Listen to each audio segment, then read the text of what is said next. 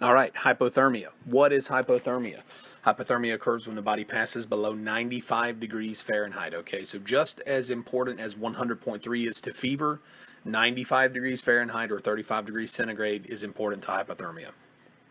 One quick reminder, check blood glucose in all your hypothermia patients. Don't forget this one. It's equally possible that they became hypoglycemic after becoming hypothermic as it is possible that they became hypoglycemic and fell out in the cold and then became hypothermic. So what do we see on the ECG? We will see bradyarrhythmias. The key word in that sentence is brady. All right, things get slow when they get cold in the human body.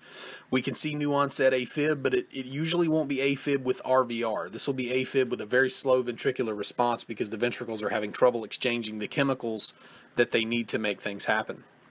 We see sinus brady. We see ST segment changes as well. I'm going to show you an ECG at the end of this presentation that mimics a STEMI pretty well. We also see Osborne waves, or what are commonly called J waves.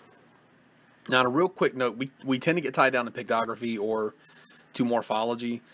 Just understand Osborne waves are not called J waves because they resemble a J. They're called a J wave because they come up at the J point. They arise at the J point. They actually come closer to resembling an RSR pattern in some patients than they do the actual letter J. So just sort of take that into account. So traditional knowledge on J waves is they're directly proportional to the severity of the hypothermia. So as you can see in the chart on the right-hand side of the screen, you've got some very high J waves at admission. Those temperatures are in centigrade, but you can do the math.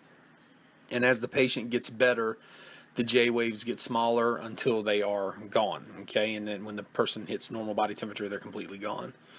So here is a better example of a J wave on this next slide that are a little bit smaller and maybe something we're more likely to see if we get there earlier, all right? So let's have a look at this ECG. And this is a pretty classic hypothermia ECG. I know it's old and a bit grainy, but this is one that's just a really, really good example. You can see the Osborne waves, they're prevalent. And you also can see this huge amount of artifact in the ECG. And where do you guys think that's coming from? That's right, it's coming from shivering. So when your patient is conscious, expect to get an ECG where somebody is shivering, where everything doesn't always look so great, all right? So let's have a look at this next one and take a minute and decide what you see here. So this is one of those ECGs that the Life Pack's going to say, hey, meet STEMI criteria, you know, that kind of thing, because that's all it's able to really look at. But if you look at it closely, you can see the morphology here, and you can understand that this is not a STEMI at all, right? It's got some of the ugly morphology that we talked about in the BER video, but this is actually a bradycardic rhythm from someone who is hypothermic, and they do not appear to be doing a lot of shivering. So this would be in severe hypothermia, all right? All right, guys, that's about it. So tell me what else you want to learn in the comments below, and have a good one.